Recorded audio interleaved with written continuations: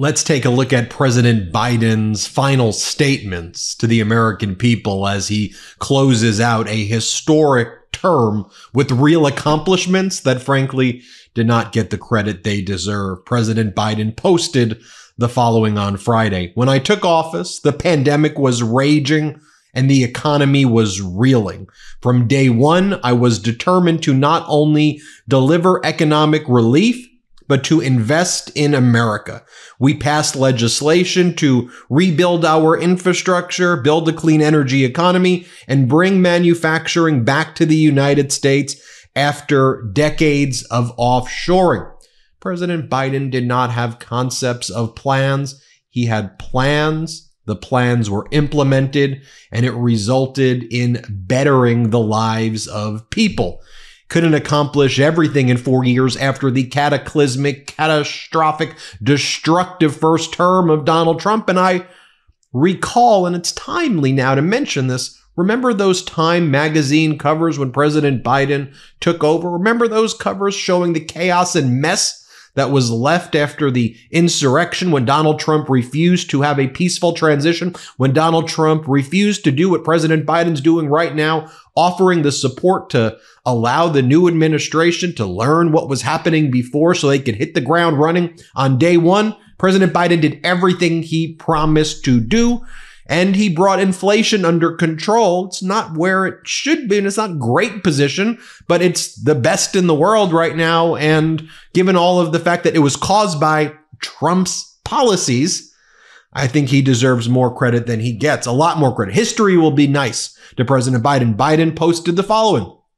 2 years ago, I was proud to sign the Respect for Marriage Act into law, requiring interracial and same-sex marriages to be recognized in every state in the nation. It was a vital step towards creating a nation where decency, dignity, and love are honored and protected.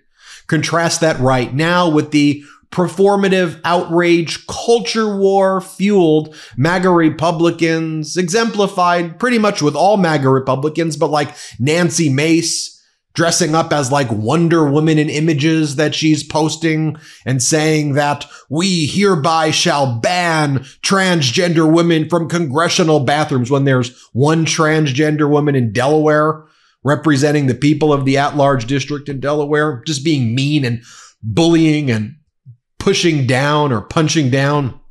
President Biden also posts the following. I pray to God that the president-elect throws away Project 2025. I think it would be an economic disaster.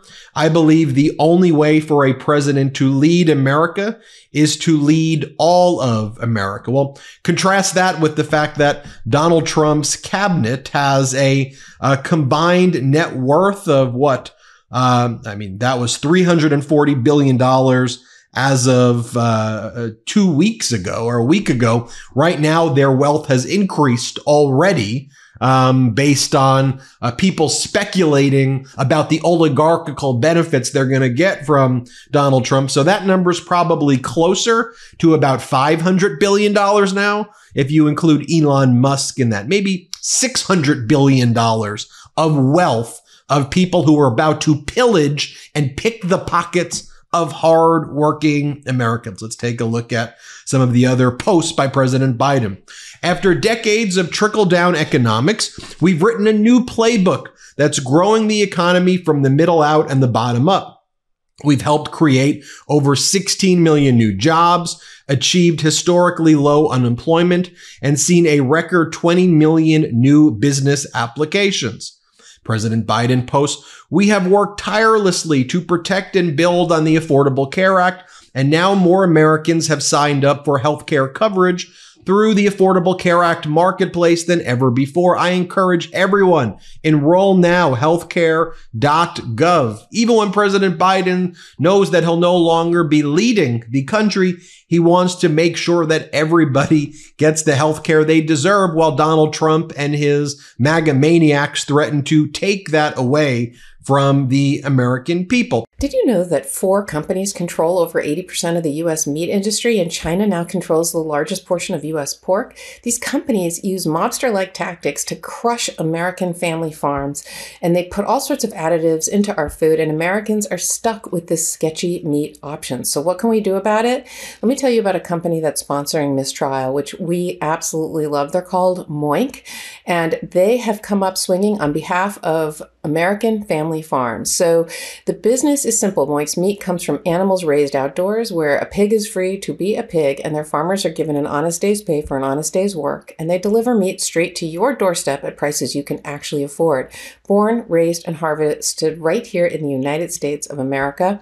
Support American family farms and join the Moink movement today at moinkbox.com/mistrial right now, and you can get free wings for life. That's kind of amazing.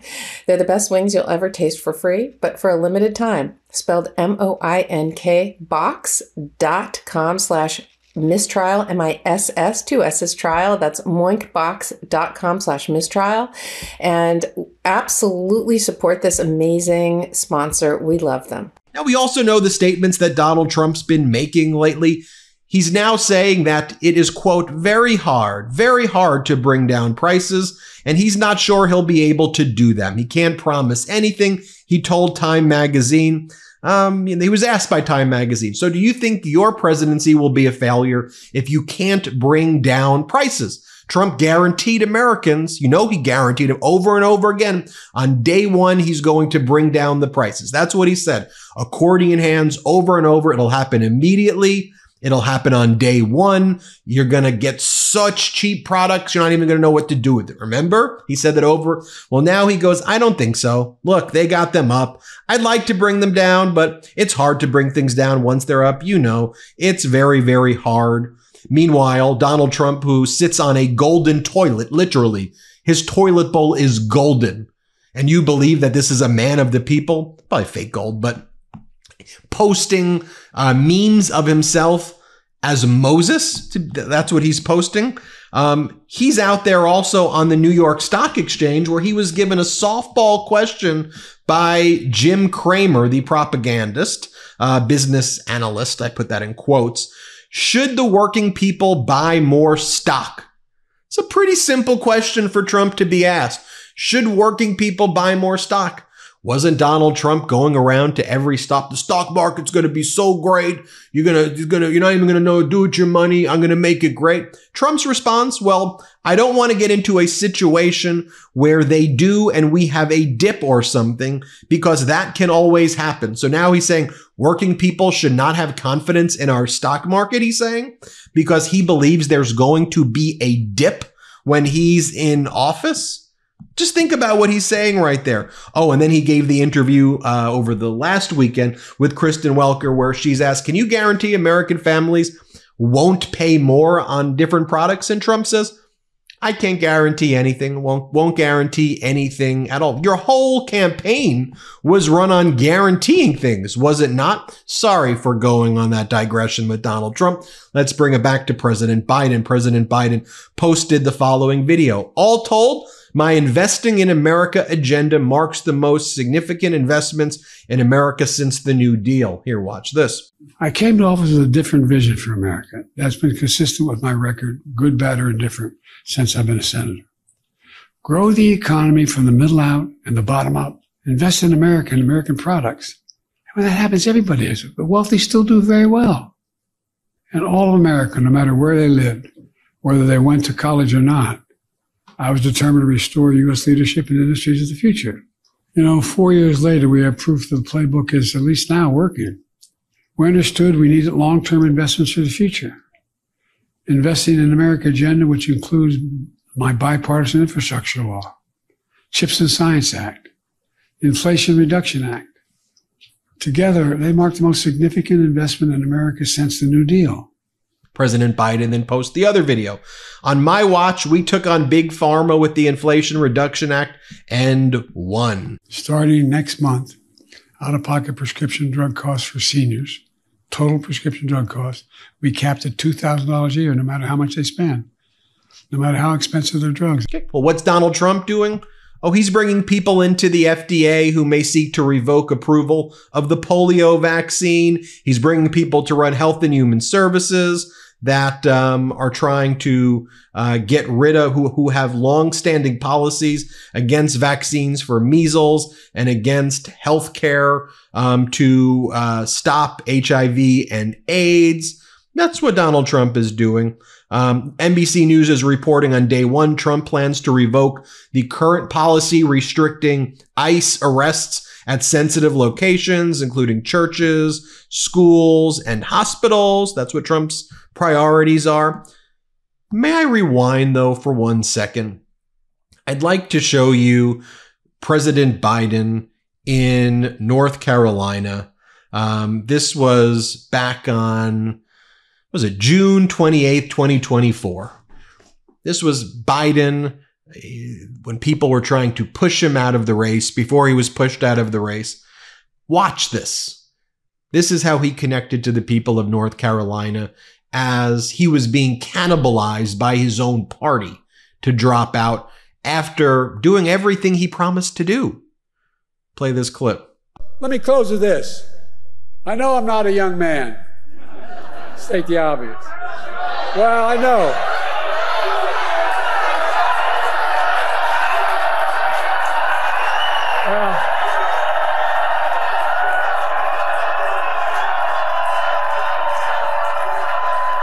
Well, I don't. Folks, I don't walk as easy as I used to. I don't speak as smoothly as I used to. I don't debate as well as I used to.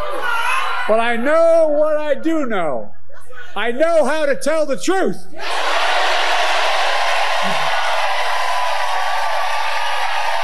I know right from wrong. And I know how to do this job. I know how to get things done. And I know, like millions of Americans know, when you get knocked down, you get back up.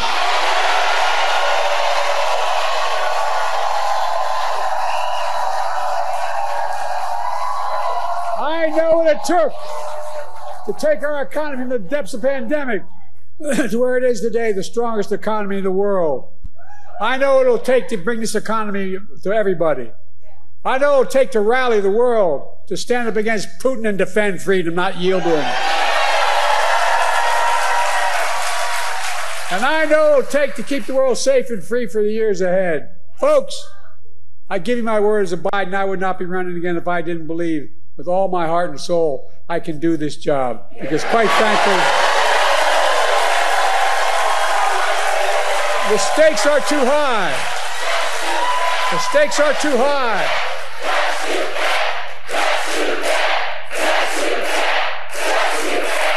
Look, folks, I had always been very sick and tired of ageism. Perhaps it was how I was raised, but I know you feel the same way that I do. With age comes wisdom. And President Biden exhibited that. Sure, he'll be the first to admit he was not as good of a debater as he once was. He didn't speak as fast as he once was.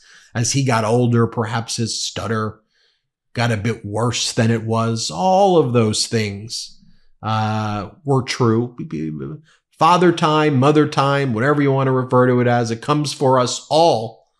President Biden, though, was sharp. He was a great decision maker.